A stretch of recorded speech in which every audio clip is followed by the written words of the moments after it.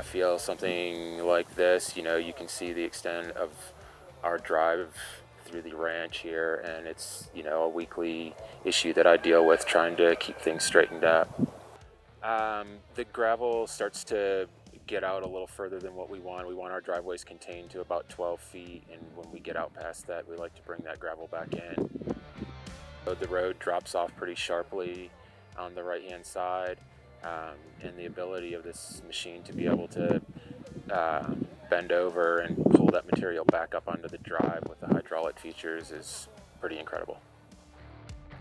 The ability to have the maneuverability that this machine is capable of is key to the operations that we have here on this ranch. Yeah, the ease of the controls is second to none.